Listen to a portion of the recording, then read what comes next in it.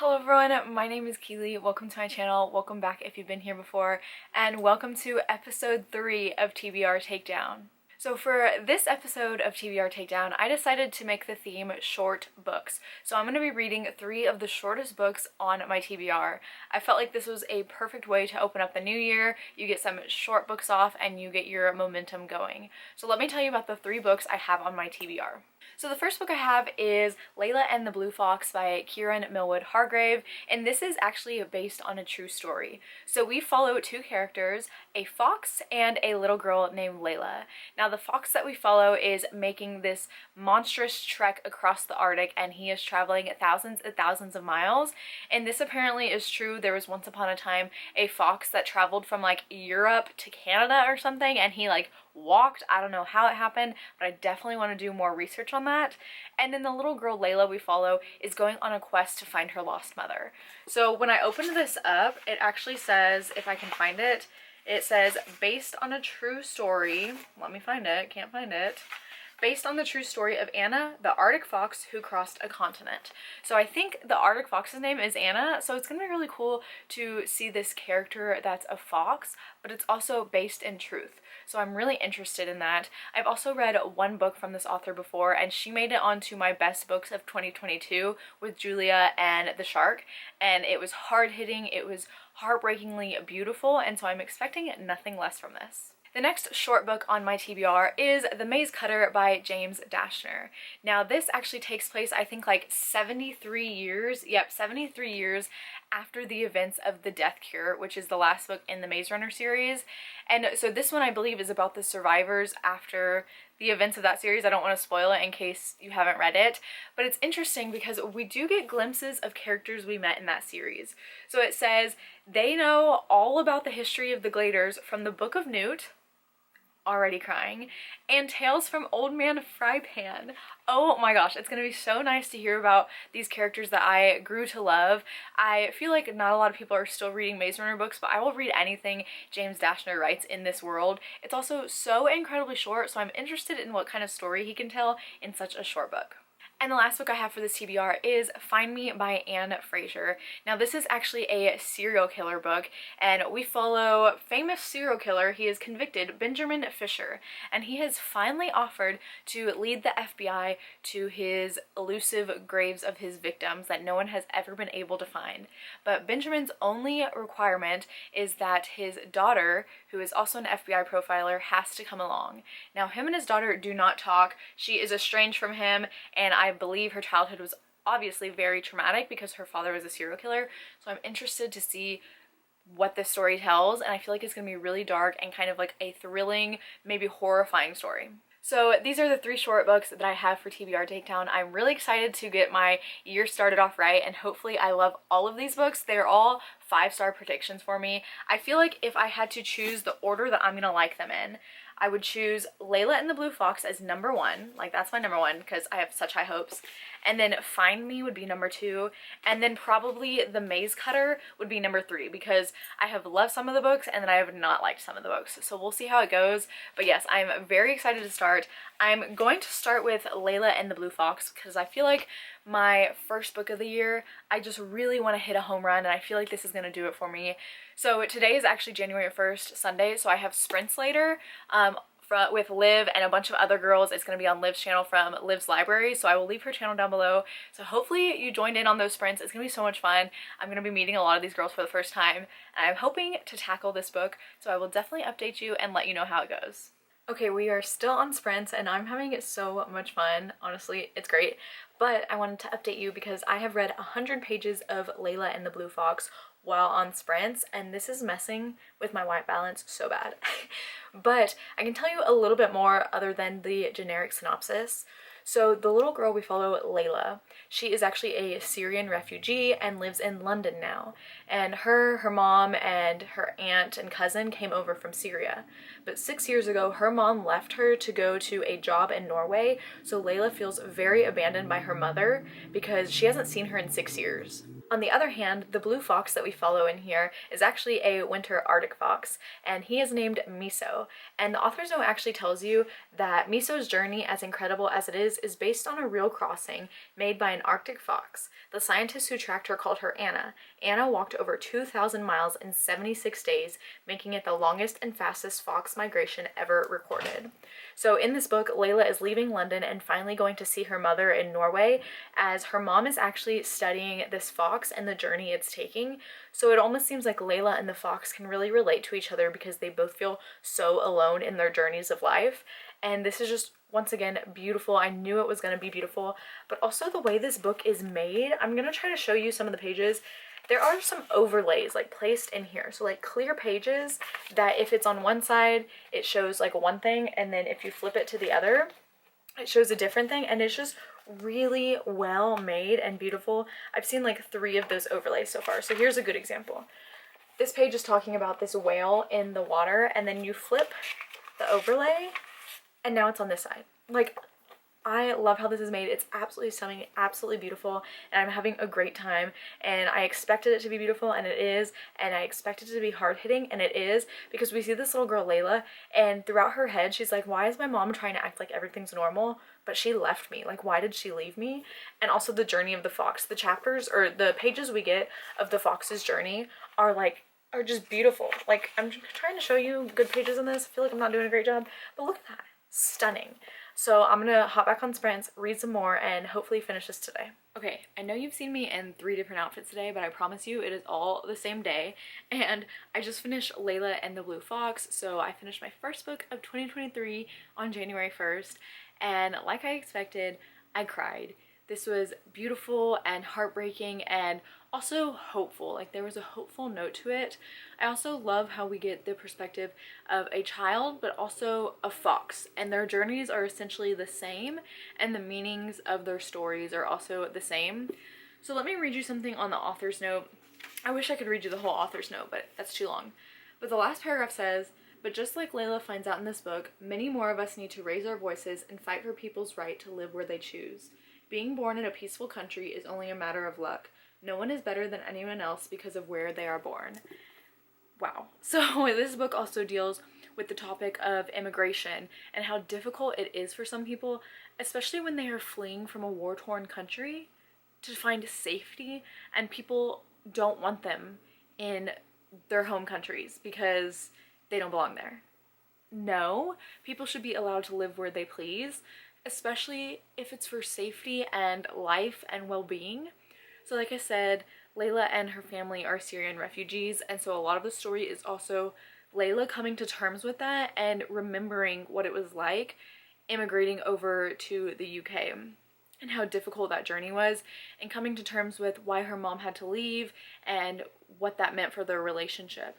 And at the same time, the fox also was looking for a place for it to live and be safe, just like Layla. This was beautiful, and I just can't love it enough. Like, Kieran Millwood Hargrave really knows how to tell a really special story. She is so special. I will say, I think I enjoyed Julia and the Shark a little bit more, but the ending of this really got to me, and I really teared up a lot. So I'm gonna have to give it 5 stars. Like, yes, 5 stars for my first read of 2023. I'm amazed. Like, I expected this to be 5 stars, but I'm just shocked. It's also just so stunning. This is a signed edition, and it's just so beautiful. Thank you, Waterstones. But I also didn't tell you how many pages this book actually is. So this book is 245 pages. So we got one of my short books done, and it was 5 stars. So tomorrow I'm going to start my second short book, and that is The Maze Cutter.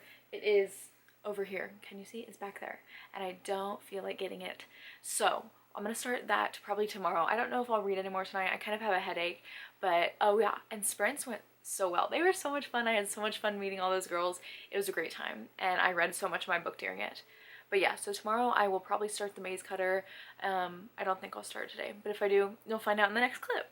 Alright, good morning. I wanted to update you that yesterday I started The Maze Cutter. I only got like 28 pages in, and I am very confused. So from what I know so far, we follow 3 different points of view.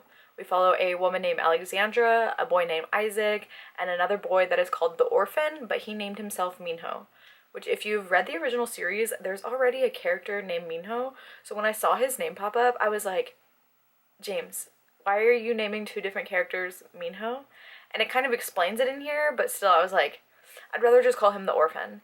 But it's interesting because even though I'm very confused, I want to know how we got to this point. So it seems to me that the virus, the flare, and the cranks and everything that we know from the first series has evolved to where the cranks are actually intelligent now, and they've evolved to like angry humans basically, but they seem like really smart.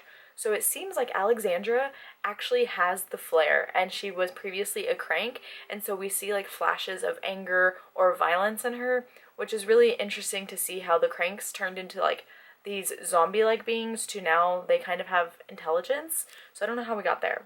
And then Isaac is actually living on the island where the end of the series like showed up. So it is the original island. They are the ancestors of our beloved Gladers. So I want to know who Isaac is, like, I want to know who he's related to and who his ancestor is. And then the Orphan, he is like a protector of this place called the Remnant Nation, I think it is. And they're like a group of people, but we don't know anything about the Remnant Nation. We just know that this character is an orphan, and the orphans protect because they don't have any family members. So yeah, I'm only like, I started reading a little bit more today, so I'm like 35 pages in, and I'm kind of confused. So hopefully that clears up. This is 253 pages, by the way. Also, we get a little bit of snippets from the Book of Newt, and it is a journal that Newt kept alongside the original Maze Runner series, and just to hear Newt's words again and his thoughts and everything that was going on with him is so special. I love Newt. Newt is one of my favorite fictional characters of all time, and so the fact that we get more and new words from him is everything. So even if I don't like this book in the end, at least I have more Newt material. But yeah, I'm going to continue reading today. We'll see if I can finish it today, and hopefully things start coming together and I start understanding more what's going on, because I feel like there's just been a huge jump and I'm trying to catch up. Alright, so I am officially halfway through The Maze Cutter. I'm on page 126, and this has 253 pages. I think I already said that. But I am still very confused. So we were introduced to another point of view, Jackie, and now Jackie is also a part of the Islanders. So the Islanders' point of views, Jackie and Isaac, make complete sense to me. I'm really interested in those, especially knowing their ancestors and who they came from and how they even got to the island. But they are now off the island. That's in the synopsis. Someone comes and tells them something's happening in the outside world and we need you. So some of them come off the island. On the other hand, the Orphan and Alexandra have no idea what's going on. We haven't learned hardly anything about them. It's just adding more and more to the confusion. And then the other groups of people that we have heard about, the Remnant Nation, and then there's also one called the Godhead. We don't know anything about them. Like, the Orphan was part of the Remnant Nation, I think, and then Alexandra is a part of the Godhead, and I think she sees herself as a god. So I don't really know what's going on. I have no idea what's going on with those two, but the Isaac chapters are really interesting. Because it's very reminiscent of the original series, but the other chapters are confusing because it feels completely different and it feels like a very different story. I don't know if I'm going to finish it today.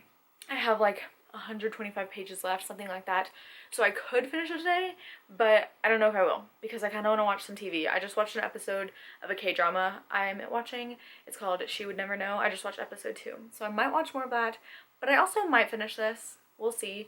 If not, I will finish it tomorrow for sure. But yeah, I really don't have that much left. Like, the back part of it too, I'll try to show you, is Newt's book, or like the Crank Palace, which is a novella. So like this part is all the novella, so that's all I need to read right there. So I have this much left, which I've already read the novella in the back, Crank Palace. So hopefully I like start understanding more. I'm not hating it. Right now it's probably sitting at a 3-star because for some reason I'm still like intrigued and want to keep going, and I think it's because there's so much that I don't understand and I want to be able to understand. So we'll see if I get any inkling of understandment. Alright everyone, it is the next day. It's afternoon and I just finished The Maze Cutter, and I really don't know how I feel about this one because I didn't hate it. There were some parts where I was interested. The action scenes were fun, but nothing was explained, and this book felt pointless. The Godhead and the Remnant Nation, we still have no idea really what they're about. We know the bare minimum and the basics about them, but it was not explored at all. I have no idea, especially what the Godhead is about, or who the Remnant Nation is, what they want, and how they were formed. I really liked the Islander characters. I really liked all the characters in here, really, and the bonds that were formed and the found family aspects were really great. But yeah, I would say that this really didn't add anything to the series, and this is the first book in a new series. It's called the Maze Cutter series. So there's more books to this. This is just book 1, so I'm curious if the other books are going to be this short and if we're going to flesh out things more. There were also like crazy time jumps in here. Like the next chapter would happen and it would be like a month has passed. Okay, what happened in that month? We need to know. But yeah, I feel like this book was kind of pointless, but I don't know what to rate it because I feel like 2 stars, but I'm not getting 2-star feelings, but I'm not getting exactly 3-star feelings. I think I'm gonna have to go with 2 stars. It's like a 2.5 in between, but I don't really do half-star ratings, so I'm probably gonna put 2 stars on Goodreads, but I don't hate it as much as like other 2-star reads, you know? So we'll see, but that's where I'm at with that one. And then I'm going to start to later Find Me, which is the last book for this vlog, and I have high hopes for this one because it is a serial killer book, so I'm hoping it's really thrilling and mysterious and dark, you know? But we'll see. I don't even know how long this one is in particular. Let me see. It is 267 pages? 269 pages. Oh, okay. 269 pages. So yeah, hopefully this one is good. I love this cover so much. But yeah, I'll probably update you tomorrow once I am more into this. Alright, hello. My hair's still a little wet, but I wanted to update you that I am now halfway through Find Me. I'm on page 137. And okay, so I said a little bit what this was about. I think I did. But basically, this follows a convicted serial killer named Benjamin Fisher. And 30 years ago, he was arrested for serial killing. And he actually used his 5-year-old daughter to lure women to kill them. So imagine how traumatic that is for his daughter. And now 30 years later, he calls up an FBI agent and he's like, I'm ready to lead you to the bodies under one stipulation, that my estranged daughter that I haven't talked to in 30 years comes with us. So this is a big decision for her. Obviously, it's very traumatic. It brings up a lot of things. She used to actually be a profiler for the FBI, but because of her trauma, she had to get out of that. Now she lives in the desert on her own and just is kind of doing her own thing. So she's slowly getting pulled back into this case. And it's really interesting, but the writing is not my favorite. So the writing is actually very like straight to the point and kind of cold, if that makes sense. It's very analytical feeling and it's just like straight to the point. Like there doesn't feel like there's a whole lot of emotion written into the words, and so I'm having trouble connecting to it that way. But I think that the storyline is interesting, and something happened in this book a little before halfway through that I was like, oh, that's where this is going, but it's not in the synopsis, so I can't tell you. So it's gonna be interesting. I am very confused where it's going because there are so many questions I have, as well as the characters. They have all these questions too. So we'll see where it leads us, but so far I'm enjoying it. It's just taking me a little bit to get used to the writing style, but I am reading it fairly quickly. So I'm gonna read some more and we'll see. I might finish this tomorrow. I don't think I'll be finishing it today, but we'll see because I have like 130 pages left. Now that I put it into that perspective, that's not a lot, so we'll see what happens. Alright people, I did it. It is the same day as my last clip and I just finished Find Me, and oh my goodness, I actually really love this. Like I thought in the first half it was going to be like maybe a 4-star because I wasn't really getting on with the writing as much as I wanted to, but the second half was so crazy. Like it was so good. There were so many twists that happened, and I really actually ended up getting on with the writing, and the way it was written made so much sense for the story that was told, and I just really liked it so much, and I'm gonna give it 5 stars. I know, I'm gonna give it 5 stars. I really liked it, and there actually is a sequel to this, and I think I know what it's going to be about. I haven't even read what it's about, but I think and I hope I know what it's about, so I'm really curious. But yeah, I really love this. It was like on the edge of my seat because so many things kept happening and I was like, what's going to happen next? I don't know. It was so good. I really loved it. But yeah, so that's the last book I have to read for this vlog. So now it's time to wrap up everything I've read. If you've made it to this point, you already know. But the first book I completed was Layla and the Blue Fox, which was my first read of 2023, and I gave this 5 stars. I love that one so much. And then I read The Maze Cutter by James Dashner, and I gave this one 2 stars, but I'm not mad about it. It was interesting, but just, you know, just 2 stars, just okay. And my dog just barged in my room. He likes to do that. He just barges in. And then, of course, the third book I read was Find Me, and I gave this one 5 stars. So I had 2 5 stars in this vlog. Amazing. I'm so pleased. What a great way to start out the year. But that is it for this video. If you have made it this far in the video, go ahead and leave the blue heart emoji because blue fox. But that is it for this video. Thank you so much for watching. As always, all my social media links will be down below, and I'll see you next time. Bye!